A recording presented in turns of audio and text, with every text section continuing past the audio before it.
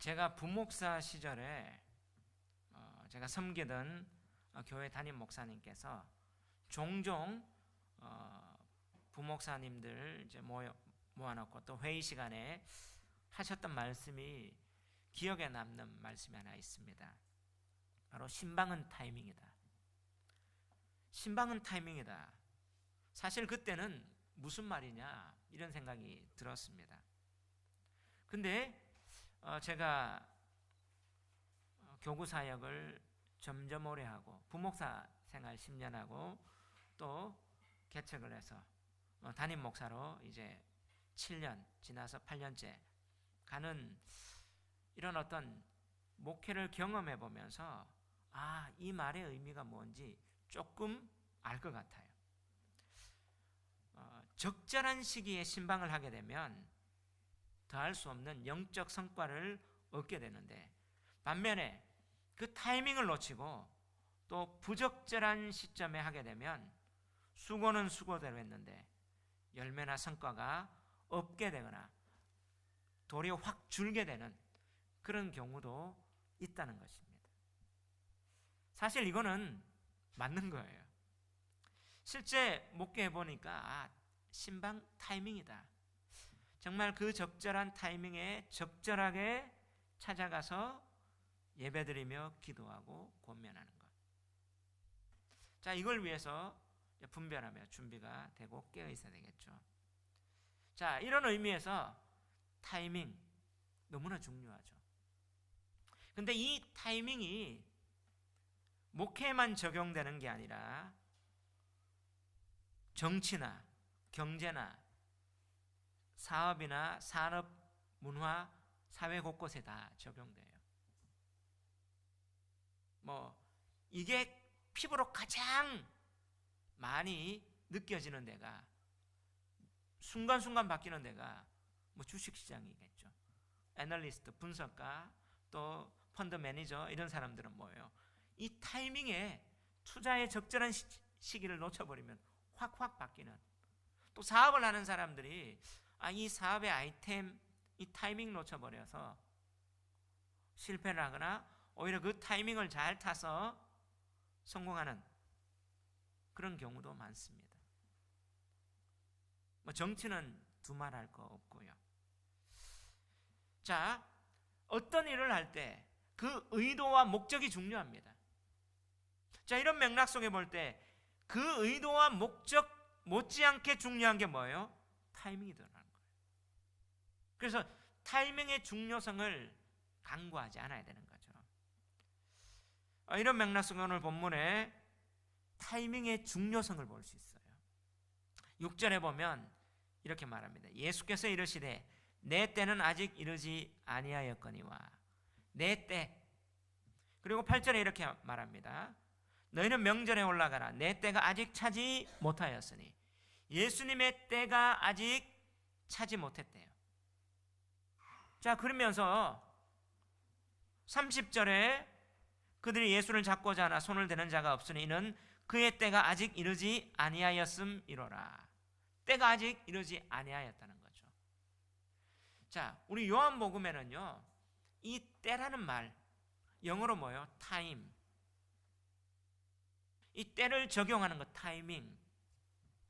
이 타임, 이 때라는 말이 많이 쓰여져 있습니다. 바로 첫 번째 기적에 여자여 아직 내 때가 이르지 않았습니다. 그리고 또 이렇게 예수님이 내 때가 이르지 않았다 얘기하고, 제가 조사한 거는 7번이에요. 더 조사해 봐야 되는데, 지금 여기 보면 그리고 나서 13장에 보면 이제 예수님이 유월절 먹을 때 내가 때가 이르렀다. 그리고 이 유월절 먹고 예수님이 17장에 보면 대제사장 적기도 합니다.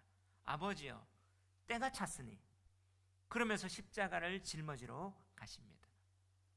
자, 이것을 볼 때 특별히 오늘 본문에 때가 이르지 않았다, 때가 차지 않았다, 이 말은 뭐예요? 타이밍이 아직 안 됐다. 타이밍의 중요성을 지금 강조하고 있는 거예요. 요한복음은요, 타이밍의 중요성을 아주 말하고 있습니다. 그러면서 이 요한복음은 뭐예요? 이 1장부터 21장까지 이 사건이 전개되는데 무엇을 배경해요? 절기요. 예수님이 6월절에 명절에 올라갔다 2장이잖아요. 그래서 성전을 청결하게 할 때 그때 어떻게 해요? 니고데모 3장으로 니고데모가 나와서 거듭나면서 예수님 찾아가는, 그리고 나서 어떻게 해요? 4장까지 이 거듭남은 위로부터 났다. 6월절에 일어났다. 이 특별한 시기 명절을 얘기하고 있습니다.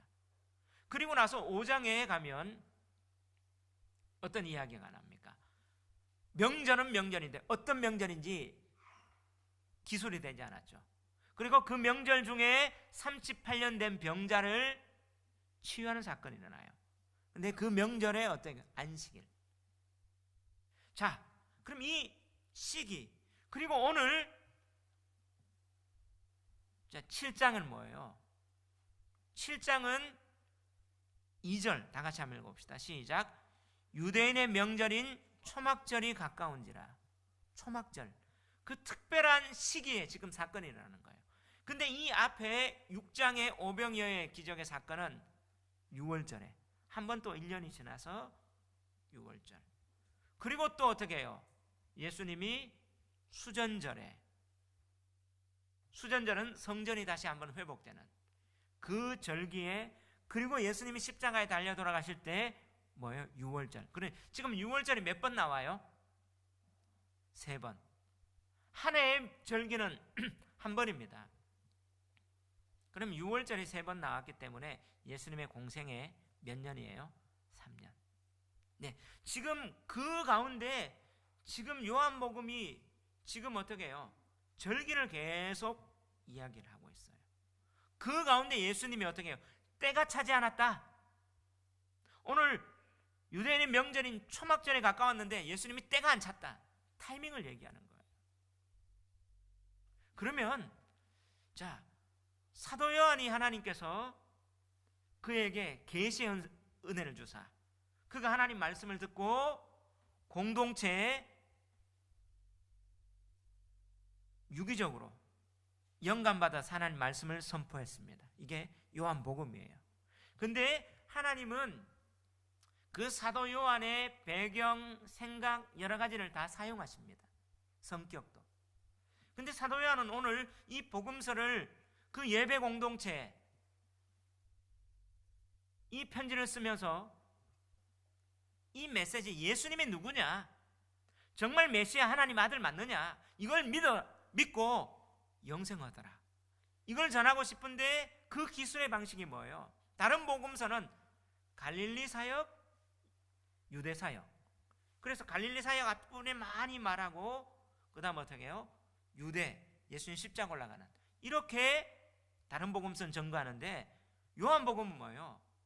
절기, 시간 지나가는 것을 통해서 지금 얘기하면서 그 중간에 내 때가 안 찼다, 내 때가 안 찼다. 근데 그 마지막 6월절 될 때는 예수님 뭐예요? 내가 때가 이르렀다. 그리고 주님 때가 찼으니 일하겠습니다. 그럴 때 뭘 강조하고 싶어요? 때를 얘기하는 거예요.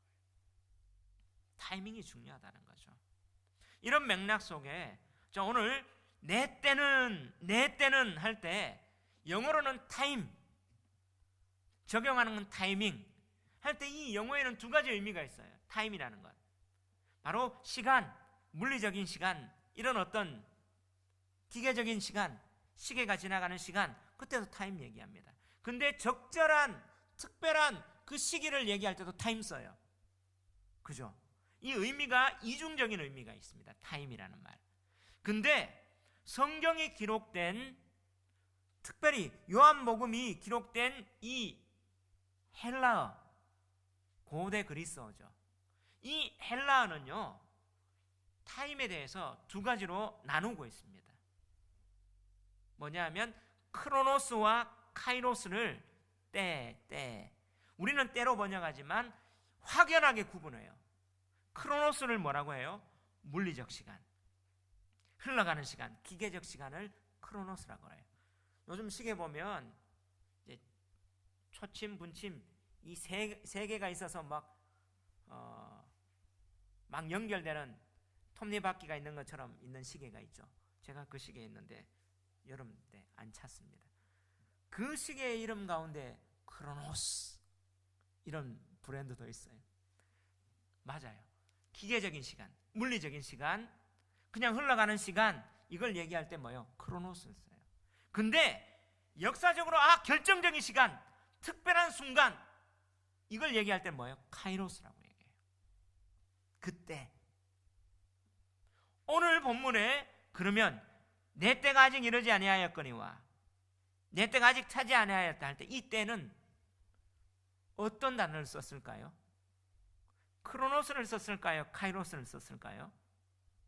카이로스를 썼어요. 특별한 시간, 결정적인 순간, 그런 의미가 오늘 이 성경의 단어까지도 딱 정확하게 있다는 거예요. 그렇다면 타이밍이죠.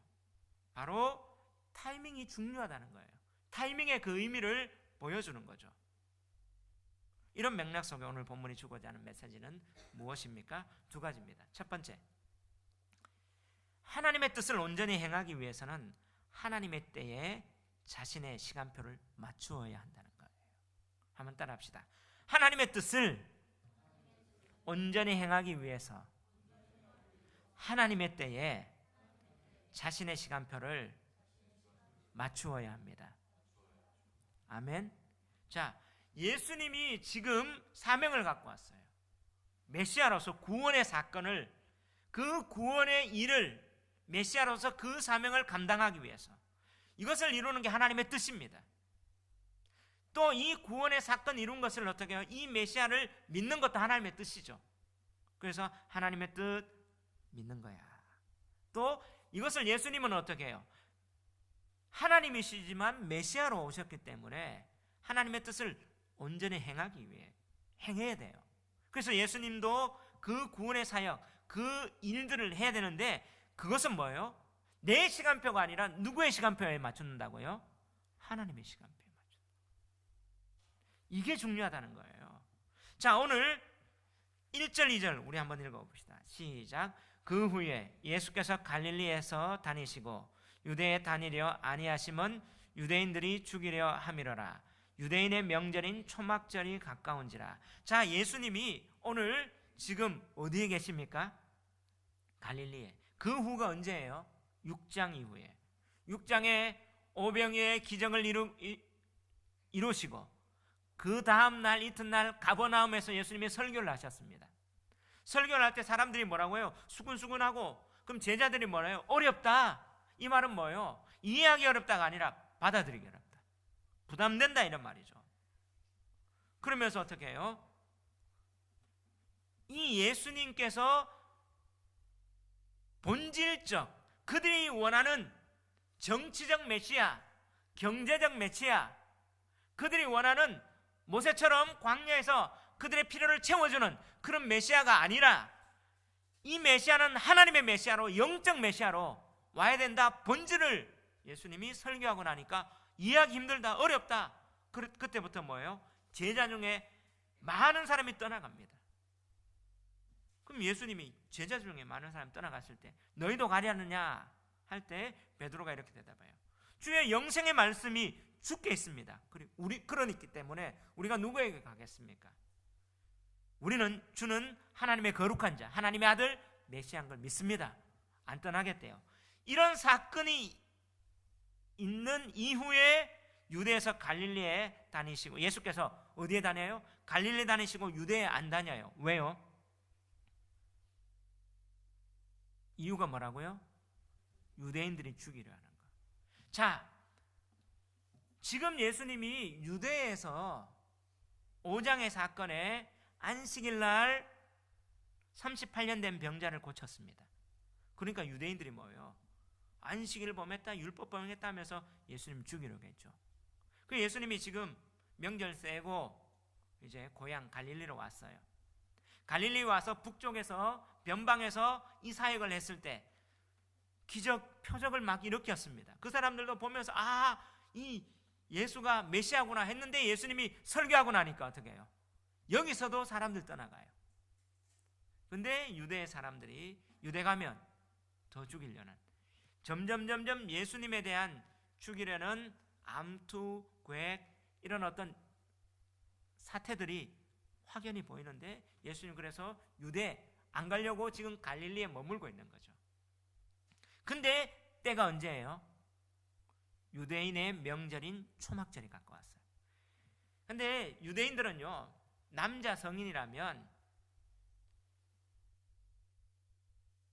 유대인의 3대 명절 절기는 유월절, 그 다음에 유월절부터 77이 49일이 지난 그 다음날 50일째 되는 77절, 그리고 오순절날 이 명절, 그 다음에 초막절, 이 3대 절기가 유대인의 남자라면 성전에 올라가서 제사 드려야 돼요.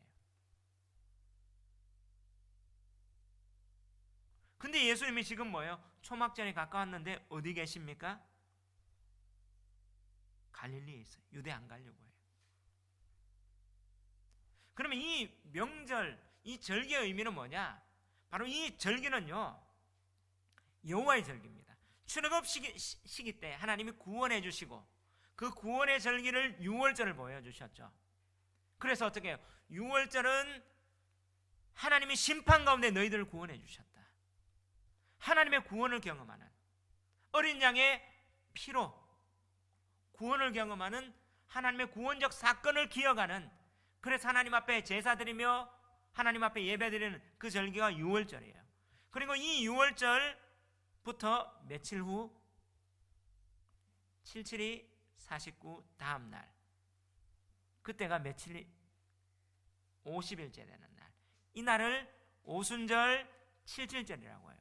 이 날에 어떤 사건이 있었습니까? 이 날의 의미는, 이때 모세가 시내산에 올라가서 뭘 받아요? 하나님 말씀 받아요. 그래서 이 77절 오순절은 말씀이 임하는 날. 지금도 이스라엘 가면요, 이 오순절 날은 뭐예요? 그들이 밤새워 가며 토라를 읽고 집집마다 불 밝혀서 말씀 묵상하고 낭독하고 말씀 공부하는 그 일들을 지금 행합니다. 그래, 오순절은 말씀 받은 날. 그리고 나서 초막절은 뭐예요? 광야에서 하나님이 그들을 먹여줬던데 그 일주일 동안 초막을 해서, 지금 이스라엘 가면요, 아파트에 다 베란다가, 우린 테라스 베란다잖아, 테라스처럼 하늘이 다 보여야 돼요. 지금 그렇게 졌어요, 계단식으로. 그리고 나서 뭐 초막절 짓기 위해서 뭐예요? 그렇게 만들어 놨어요. 일주일 동안 초막절을 지키면서 뭡니까? 하나님이 그들을 인도하신 것을 기억하는 거죠. 자, 근데 이 하나님의 인도하심을 통해서 뭘 기다리냐면, 결국엔 이 절기는 메시아를 상징해요. 다시 오실 메시아. 유월절은 구원의 메시아를 그들은 어떻게 기리고, 메시아는 말씀과 함께한다. 그리고 나서 초막절은 오실 메시아를 기대하는 절기가 초막절입니다. 결국에는 이 절기는 뭐예요? 하나님의 구원의 경륜, 역사 가운데 하나님의 계획과 하나님의 구원의 경륜이 있는 하나님의 주권, 시간은 하나님의 시간표 안에 있다라는 절기를 드리면서 그들은 그것을 믿고 그것을 인식하고 그것을 행하며 나가는 게 그 유대인의 신앙의 방식입니다. 근데 여러분, 다시 한번 5장에 보면, 요한복음 5장에 보면 그 5장에 38년 된 병자를 고쳤잖아요. 절기가 어느 절기가 안 나와요.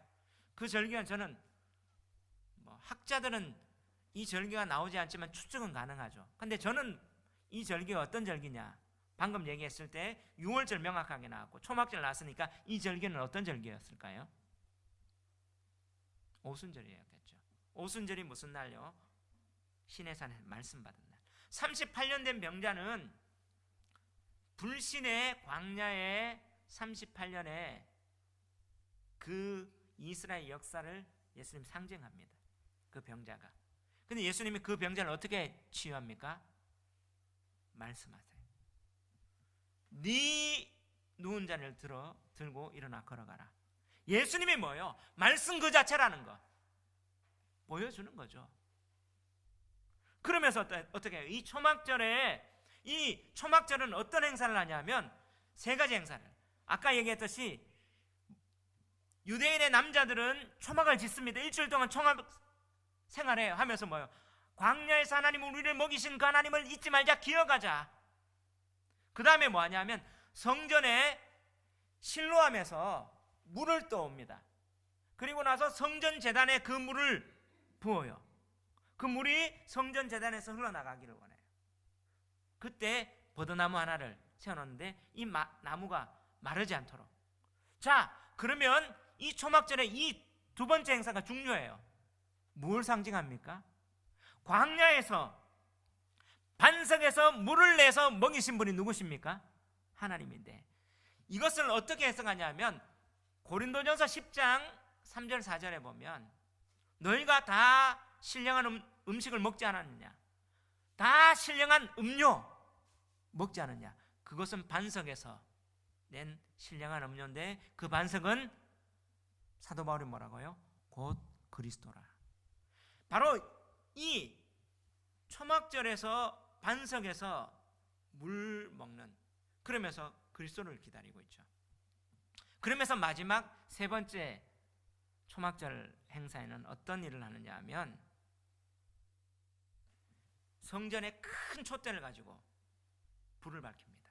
밤새도록 7일 8일째까지.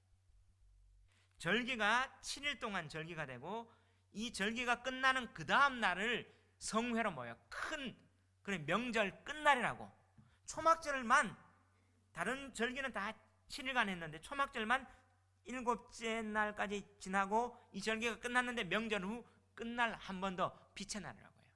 그런데 이 초막절에 뭐 하냐면 불 밝혀요. 성전에 안 끝나도록. 이 의미는 뭐예요? 광야에서 불기둥으로 인도했던 그 하나님, 불기둥과 구름기둥으로 그 하나님을 기다리면서 그들은 뭐예요? 메시아를 고대하면서 이제 성전에서 뭐 하냐면 시편 118편 25절 26절을 노래합니다. 호산나 호산나, 다윗의 자손으로 오시는 이가 우리에게 오시옵소서, 지금 우리를 구원하소서. 그 노래를 해요. 메시아를 대망하는 날이 초막절이에요. 초막절에는 어떻게 해요? 메시아가 올 거다. 메시아가 언제 오냐? 초막절에 온다. 그런 어떤 메시아 대망의 절기가 초막절이에요. 이런 타이밍에 예수님이 뭐예요? 유대로 올라가야 되는데 어디에 있어요? 갈릴리에 있습니다. 그때 누가 등장합니까? 형제들이 얘기해요. 3절 4절 5절 다 같이 한번 읽읍시다. 시작. 그 형제들이 예수께 이르되 당신이 행하는 일을 제자들도 보게 여기를 떠나 유대로 가소서. 스스로 나타나기를 구하면서 묻혀서 일하는 사람이 없나니 이를 행하려 하거든 자신을 세상에 나타내소서 하니. 5절 다 같이 시작. 이는 그 형제들까지도 예수를 믿지 아니함이로라. 자, 그때 형제들이 예수님 앞에 얘기합니다. 당신이 행하는 일을 제자들도 보게 여기를 떠나 어디로 가소서? 유대로 가라는 거예요.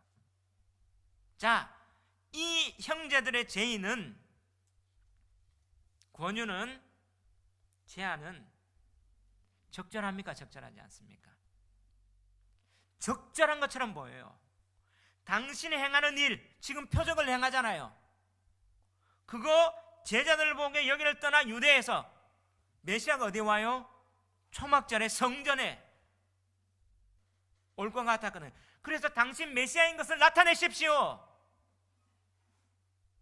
이 초막절이라는 절기에, 메시아를 대망하는 이 절기에 하십시오라는 제안은 언뜻 보면요 맞는 것 같아요.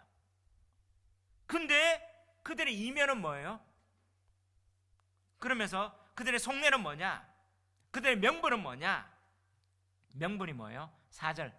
스스로 나타나기를 구하면서 묻혀서 일하는 사람이 없나니 이 일을 행하려 하거든 자신을 세상에 나타내소서. 지금 이 초막절이 진짜 좋은 타이밍입니다. 메시아니까. 그래서 메시아를 나타나기를 원하는 사람이 이렇게 묻혀서 이 갈릴리에 이렇게 숨어 있는 것 안 맞으니 당신이 행하는 것, 형님 당신이 메시아 맞습니다. 맞다면 이제 유대 올라가서 성전에 가서 메시아 기다리고 메시아 호산나 메시아를 외치는 그날에 형님 올라가서 짜잔 메시아임을 드러내소서 이렇게 얘기해요. 명분이 맞아요 안 맞아요? 맞죠. 근데 속내는 뭐예요? 오늘 성경이 정확하게 얘기해요. 5절 이는 그 형제들까지도 예수를 믿지 아니합니다. 안 믿었어요. 이 말은 뭐예요? 왜 이 사람들이, 왜 예수님의 형제들이 예수님으로 올라가라고 했을까요?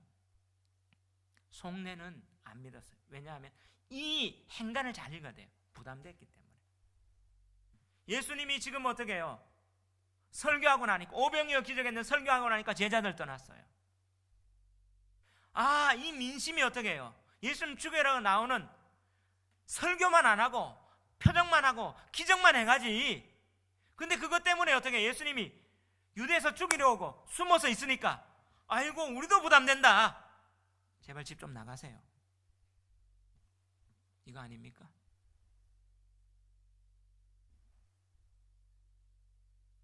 우리 한번 적용해 보세요.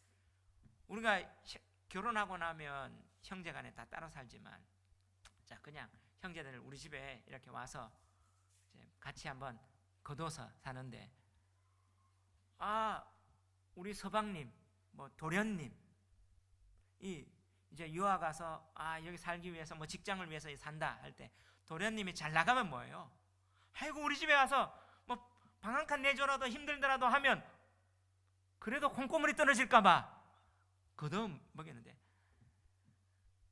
직장도 떨어지고 준비하는 데도 없고 밥만 축내고 뭐도 안 하고 어떻게 해요? 요즘 방콕 해가지고 막 있고 뭐 하는데도 걸리적거리고 하면 뭐예요? 에이 도련님 직장 구하지 말고 집에 가시든지 아니면 저쪽 가보시든지 하는 거 아니에요? 마찬가지로 형제들도 이런 어떤 마음이 있었을 것 같아요. 왜냐? 그 형제들까지 예수 안 믿었거든요. 결국에는 뭐예요? 자기들은 이때 좀 안 그러면 예수님 이렇게 막 몰아붙여가지고 짝 진짜 몰아붙여서 이 초막절에 짜잔 하면 뭐예요? 출세하거든. 진짜 메시아다. 이 두 가지 의미가 같이 있을 거예요. 출세, 지금 이때가 아이고 힘든데 출세라도 해야지, 이런 어떤 의미가 안 있었을 거예요. 결국 이건 뭐예요? 하나님의 절기를, 하나님의 계획을 내 이익에 맞추어서 내 시간표에 맞춰 끌어당기려는, 결국에는 왜 갈등이 일어나냐? 신앙의 갈등이 언제 일어나느냐? 하나님의 시간표에 우리의 시간표를 맞춰야 되는데 내 시간표에 하나님 시간표 좀 맞춰주십시오. 충돌이 나게 되죠. 지금 누가요?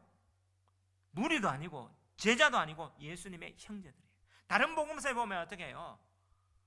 아이고 미쳤다고 합니다 하면서 찾으러 나가고 막 이런 어떤 사건들이 있어요. 형제들이 지금 뭐예요?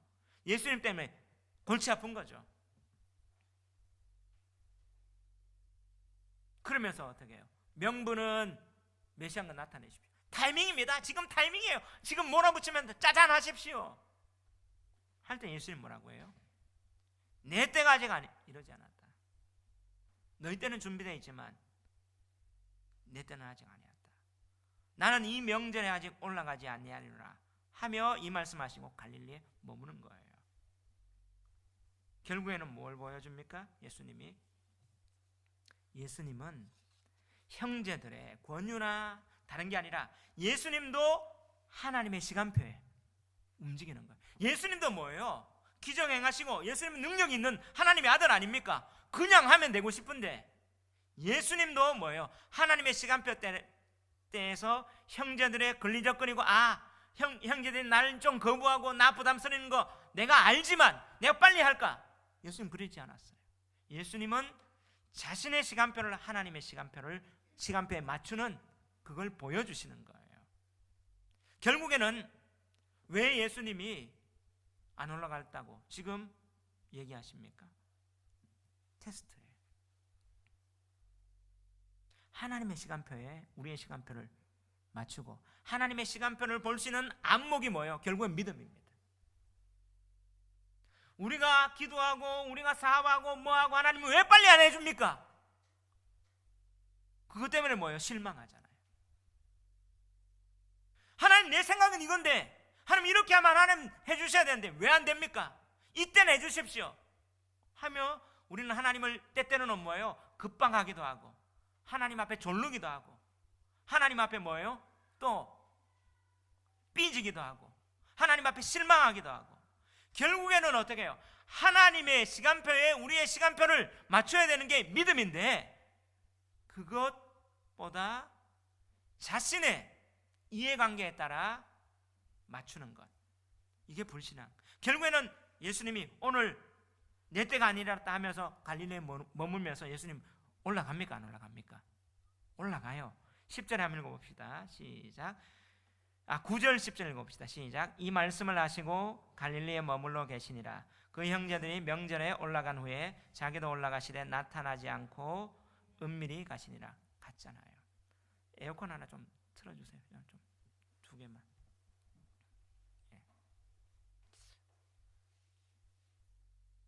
요즘 가을 날씨가 덥다가 찹다가 그런 것 같아요. 자, 이걸 통해서 뭐예요? 예수님은 올라가요.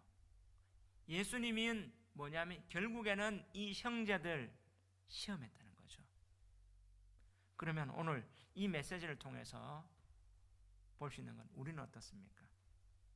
우리도 하나님의 때를 기다리지 않고 우리의 어떤 이해와 우리의 타산과 그것 때문에 어떻게 해요? 우리의 욕망 때문에 그 부담 때문에 몰아붙이거나 또 어떻게 해요? 그렇게 해서 실망하거나 이 자체는 이게 믿음이 아니라는 거예요. 믿음은 철두철미하게 하나님의 때에 내 시간표를 맞추는 겁니다. 그럼 어떻게 할 수 있을까요? 제가 읽었던 책 가운데 하나 있던 내용인데 제가 스크랩을 했습니다. 우리나라에 성경적으로 아주 영향력 있는 공동체 꼽으라면 예수원, 강원도 횡지에 있죠.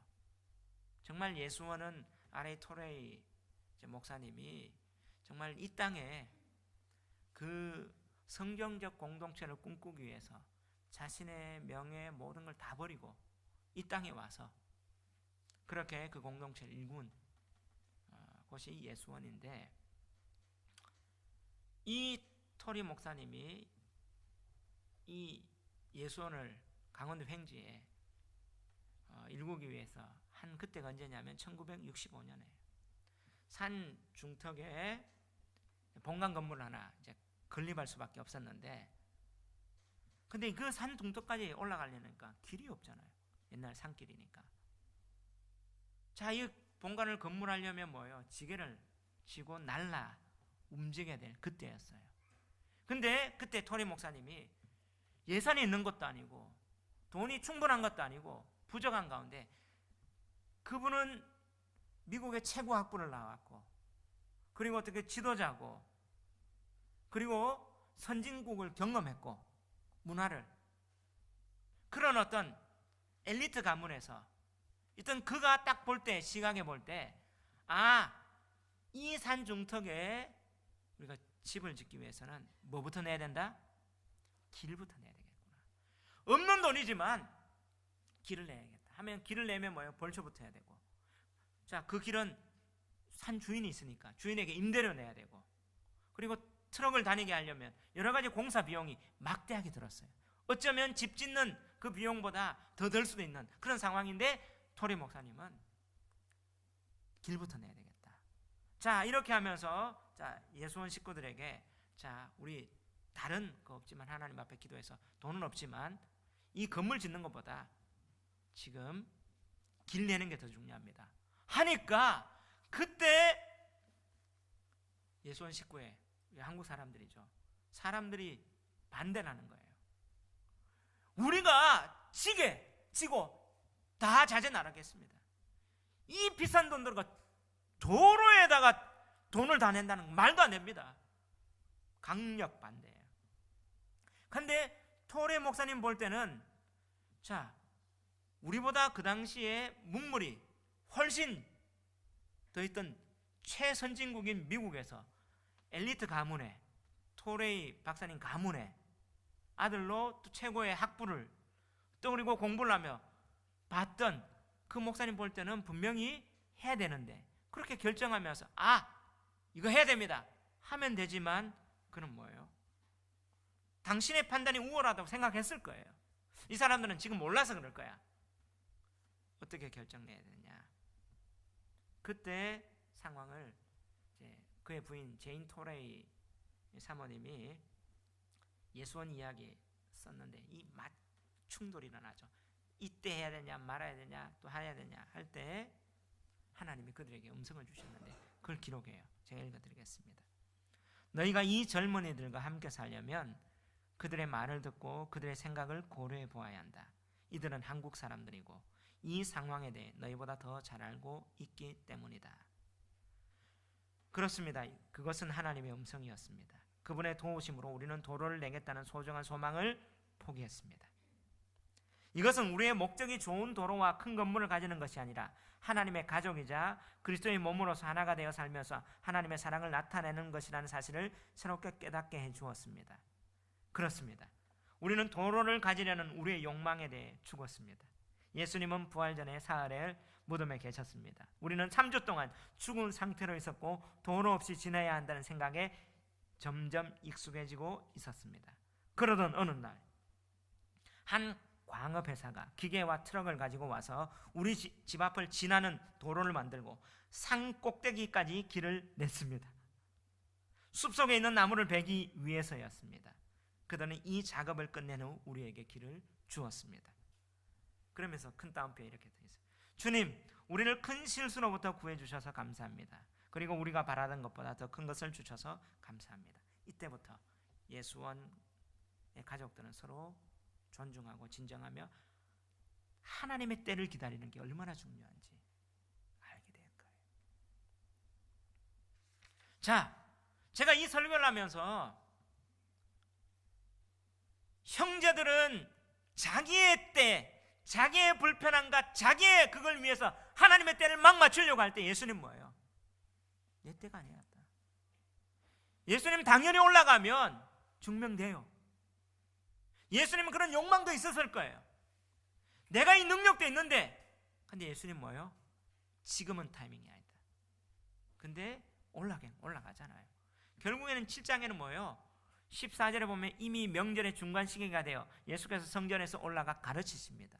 그리고 37절에 명절 끝날고 큰 날에 8일째 되는 날 예수께서 서서 외쳐 이러십니다. 성전에서 가르쳐요. 올라가요. 근데 예수님 여기서 뭘 가르치려고요?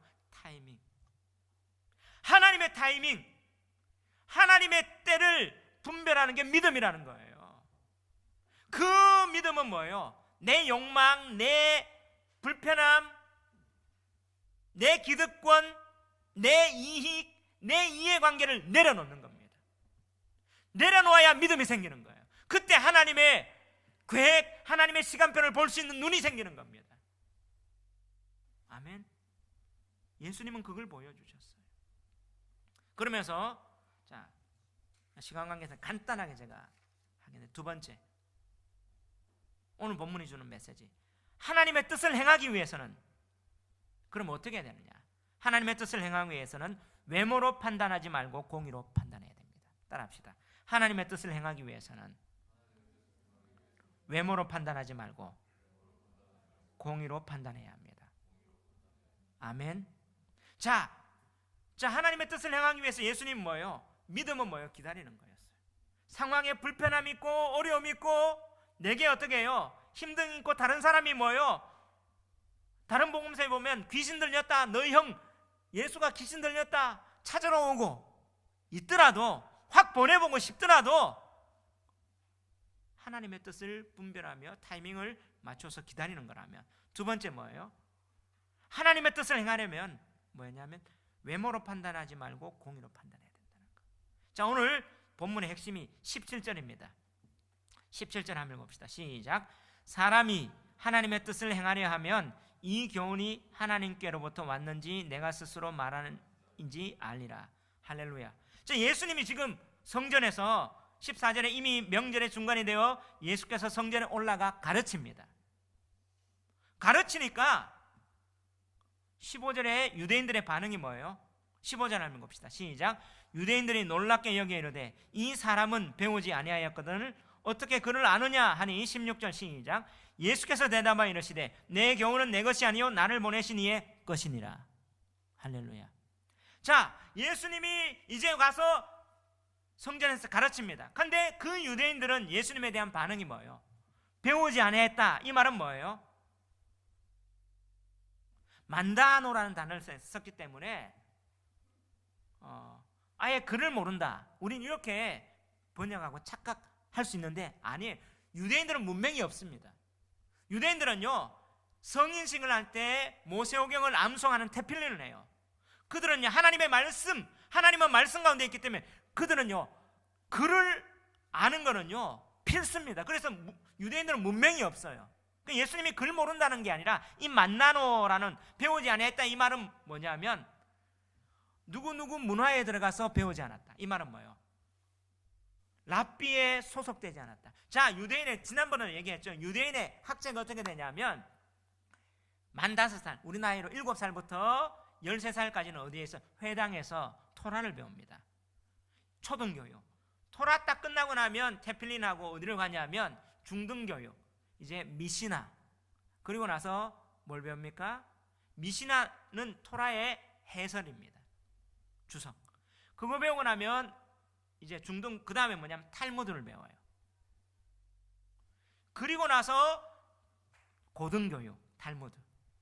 그 다음에 대학처럼, 대학은 뭐냐? 랍비 문화 배운다는 그 문화 밑에 내는 만다노, 그 랍비 밑에 가야 되는데 예수님은 누구 랍비 밑에 안 갔잖아요. 가말리엘 문화, 바울이 얘기하는데 가말리엘이라는 랍비 밑에 가면요 우리나라 말하면 최고의 대학 서울대에 나왔다 이 말이에요. 너 누구 랍비 밑에 안 나왔는데 다시 말하면 대학 학벌이 없는데 이 말이에요. 다시 말하면 예수님 뭐예요? 취잡대 나왔냐 이 말이잖아요. 그러면서 글을 아느냐 이 말은 뭐냐면 그라마타에서 이게 학문이 있느냐 이 말이에요. 근데 예수님 랍비라고 하는데 너 누구 랍비 나와가지고 랍비라고 인정하냐 이 말이에요. 랍비도 네가 어떤 서울대라는 학벌에 그리고 어떻게 해요? 어떤 집안의 명예를 딱 갖고 딱 나오면 외모 뭔가 출중해 가르침을 받는데 그런 게 없는 거예요. 그러니까 뭐예요? 무시하기 시작하는 거예요. 근데 예수님은 뭐라고 얘기해요? 사람이 하나님의 뜻을 행하려 하면 이 교훈이 하나님께로부터 왔는지 내가 스스로 말하는지 안다. 다시 말하면 내가 진짜 말하는 진리인지 어떻게 아느냐? 사람이 하나님의 뜻을 행하는 동기, 중심. 하나님은 뭐예요? 중심에 바르다는 거예요. 여러분, 이 타이밍이 하나님의 때인지 내 때인지 이게 믿음 있는지 없는지 어떻게 합니까? 자세히 기도하면서 뭘 봐요? 내 중심 봐야 돼요. 이 이야기는 사무엘서가 있습니다. 하나님이 세우신 이스라엘 첫 번째 왕 사울, 그는 뭐예요? 기다리지 못해서 자기 마음대로 어떻게 해요? 제사를 해서 하나님의 때를 판단하지 못해서 그는 어떻게 폐위되고 하나님이 이제 하나님의 마음에 합한 자 다윗을 세울 때 사무엘상 16장 7절에 뭐예요? 여호와께서 사무엘에게 이르시되 그의 용모와 키를 보지 말라. 내가 이미 그를 보냈노라. 내가 보는 것은 사람과 같지 아니하니 사람은 외모를 보거니와 나 여호와는 뭘 보느니라? 중심을 보느니라.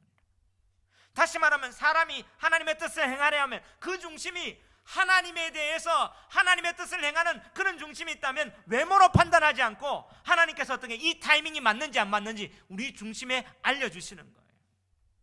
그것은 신학을 했든지 아니면 명문대학을 나왔든지 다른 엘리트 집안이든지 그걸 뛰어넘습니다. 자, 우리 신앙의 믿음의 선배들, 그 어머니 권사님들 기도 많이 하시는 분이에요. 그분들은 학교도 안 나올 수 있어요. 근데 그들이 하나님 앞에 중심 가지고 기도할 때 뭐예요? 그들의 보이는 것들, 그들의 판단이 오히려 명석판명한 판단이 되잖아요. 근데 우리는 뭐예요? 아, 이 사람은 어느 기업에 나왔고 어느 학교에 나왔고 그것들이 교회 안에 외모로 판단하는. 그래서 오늘 이 이야기가 뭐예요? 마지막 24절 한번 읽어봅시다. 시작. 외모로 판단하지 말고 공의롭게 판단하라.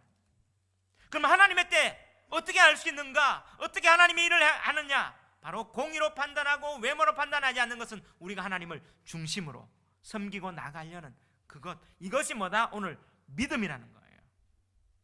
그런데 이들은 유대인이고 바리새인이고 여러 가지가 있지만 그들은 또 뭐예요? 그 민족의 우월성, 선민이라는 말씀을 가졌던 우월성이 있지만 그들은 뭐예요? 예수님 앞에 믿음 없다, 판단이 잘못됐다, 질책받고 있습니다. 자, 그러면서 예수님 뭐라고 하냐면 19절, 모세가 너희에게 뭘 주지 아니하였느냐? 율법을 주지 아니하느냐? 너희 중에 율법을 지키는 자가 하나도 없다. 너희가 어찌하여 나를 죽이느냐? 자, 율법이 지금 이스라엘 백성에게 있습니까? 없습니까? 있어요. 유대인들, 바리새인들, 지금 예루살렘에 있는 사람들은 뭐예요? 자기들은 율법 지킨다. 있어요. 율법을 가지고 있고 율법을 해석하고 있고.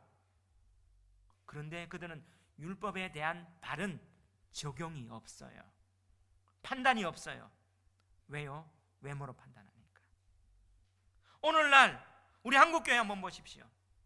성경은 있습니다. 싸울 때 뭐예요? 이 성경 저 성경 다 들고 나와요. 얘기해요. 결국에는 판단하고 해석하고 적용하는 이것은 뭐예요? 순수한 하나님을 향한 동기와 중심이 돼야 되는데 자기 이익을 위해서 성경을 갖다 내고 내 논리를 하기 위해서 그러면서 뭐예요? 싸우면서도 성경 드림이에요. 오늘 유대인들이 똑같아요. 너희들 율법 다 모세하고 있지 않느냐? 근데 너희들은 뭐예요? 율법 안 지킨다. 그들은 형식적으로 외모적으로 다 지킨다고 합니다. 근데 하나님은 뭘 봐요? 중심 봐요. 21절 이렇게 말해요. 예수께서 대답하여 이르시되 내가 한 가지 일을 행하며 너희가 다 이로 말미암아 이상히 여기는도다. 22절 23절 한번 읽어봅시다. 시작. 모세가 너희에게 할례를 행하였으니 그러나 할례는 모세에게서 난 것이 아니요 조상들에게서 난 것이라. 그러므로 너희가 안식일에도 사람에게 할례를 행하느니라. 모세의 율법을 범하지 아니하려고 사람이 안식일에도 할례를 받는 일이 있거든 내가 안식일에 사람의 전신을 건전하게 한 것으로 너희가 내게 노여워하느냐. 자, 이들은 뭐예요? 그들에게 주어진 하나님의 말씀이란 것은 율법 지키기 위해서 뭐예요? 본질 안 보고 안식일에도 뭐예요? 할례 행해요. 말씀이 주어졌지만 그 말씀이 그들에게 생명 살리는 말씀입니까? 해석이 잘못됐고 적용이 잘못돼 버리니까 말씀을 어기는 게 되죠. 하나님 뜻 행하겠다는 중심이 없는 거죠. 근데 예수님 뭐라고요? 모세의 율법을 범하지 아니하려고 사람에게도 안식일에도 할례 행하는 일이 너희들이 있는데 내가 5장의 사건 38년 된 병자를 안식일에 뭐예요? 건전하겠는가? 내가 말씀이다. 내가 오순절날 말씀하다고 내가 말씀 그 자체다 하면서 말씀으로 치유하겠는데 그거 가지고 나 죽이려고 하지 않느냐. 결국에는 하나님의 때 우리의 때 결국엔 충돌은 뭐냐면 하나님의 때를 보고 그 절기 가운데 우리의 때를 맞춰야 되는데 내가 정했는 시기에 하나님도 끌어맞추는 게 뭐예요? 불신앙인데 이게 예수님의 형제도 그랬고 유대인도 그랬는데 그러면 어떻게 하나님의 뜻을 행하느냐? 어떻게 이 때를 맞출 수 있느냐? 너희가 외모로 판단하는 게 아니라 중심으로 하나님을 그렇게 사모하고 그 영혼을 보고 하나님의 뜻을 알기 위해서 나가면 제대로 된다는 거예요. 사실 이 말씀을 계속 묵상하면서 저는 논리적으로 정확하게 좀 클리어하게 나오는 걸 좋아하는 사람이에요. 뭘 하면 A 하면 B가 나오고. 그래서 우리가 어떤 판단을 할 때 뭔가 탁 나왔으면 좋겠는데 근데 하나님은 뭘 봐요? 중심 봐요. 우리가 선택하고 결정할 때 하나님은 뭘 봐요? 중심 본다는 거예요. 자, 근데 우리가 선택할 때 계속 한번 그 중심 보는 게 뭐예요? 기도할 때 내 모습을 볼 수 있어요. 내 이익을 위해서 하는가? 아니면 내가 여기에 불편한 것을 피하기 위해서 하는가? 정말 그 하나님의 뜻을 하는가? 이게 기도라는 거예요. 저는 뭐냐 했으면 좋겠다 했는데 왜 기도하느냐? 기도 많이 했다고 하나님 능력 드시는 게 아니라 그 기도는요 우리가 하나님이 우리의 중심을 보고 외모와 판단하지 않고, 다시 말하면 하나님의 그 뜻에 부합하고 하나님의 뜻을 맞추기 위해서 내가 이런 것들을 포기하면서 그것을 바라기를 원하는가? 예수님은 이것을 보여주시면서 요한복음 계속 절기를 얘기해서 이때는 때가 아니다, 때가 아니다, 때다 올라가는 거죠. 근데 제 하나는 기도하면서 우리 집 얘기를 해서 죄송합니다. 자기는요 자꾸 얘기해요. 내 마음에 지금 이런 거 안 했으면 좋겠다. 난 그래요. 증거나 확실한 명확한 기준 얘기해라. 자기 마음에 그렇대. 저는 그게 좀 싫었는데요, 본문을 보십시오. 하나님은 뭐예요? 그 하나님을 향한 마음 속에서 그 중심이 하나님을 향한 마음에서 나오는 그거를 더 원하시는 것. 저는 뭐냐면 뭘 해도 탁 갖춰지고 뭐 순서가 있고 탁 계획대가 탁, 그러면 뭔가 짠하면 좋은데, 제 아내는 막 이렇게 했다가도 이거 하나님이 안 원하시는 거, 이거 하지 말자. 이 명분이 있는데 해야지. 하지 말자. 지금 이해관계도 안 돼. 뒤에 손해 나는 것도 생각 안 해. 제 아내가 이때까지 한 번도 어리석다는 생각 안 했는데 요즘 뭐냐면 제가 어리석구나. 약간의 뭐냐면 동의는 하지 않았지만 와이프가 그렇게 하나님의 뜻을 행하고 그 타이밍을 보고 그렇게 외모로 판단하지 않고 중심으로 하려는 그 마음이 하나님이 예뻐하시는구나. 내가 그것을 벗어버려야 되겠구나. 오늘 이 메시지가 이런 거예요. 결국에는 이 설교가 저한테 왔는데 우리에게도 적용되는 그런 은혜의 시간 되기를 주의 이름으로 축원합니다. 예, 우리 한번 찬송하며 나갑시다. 모든 상황 속에서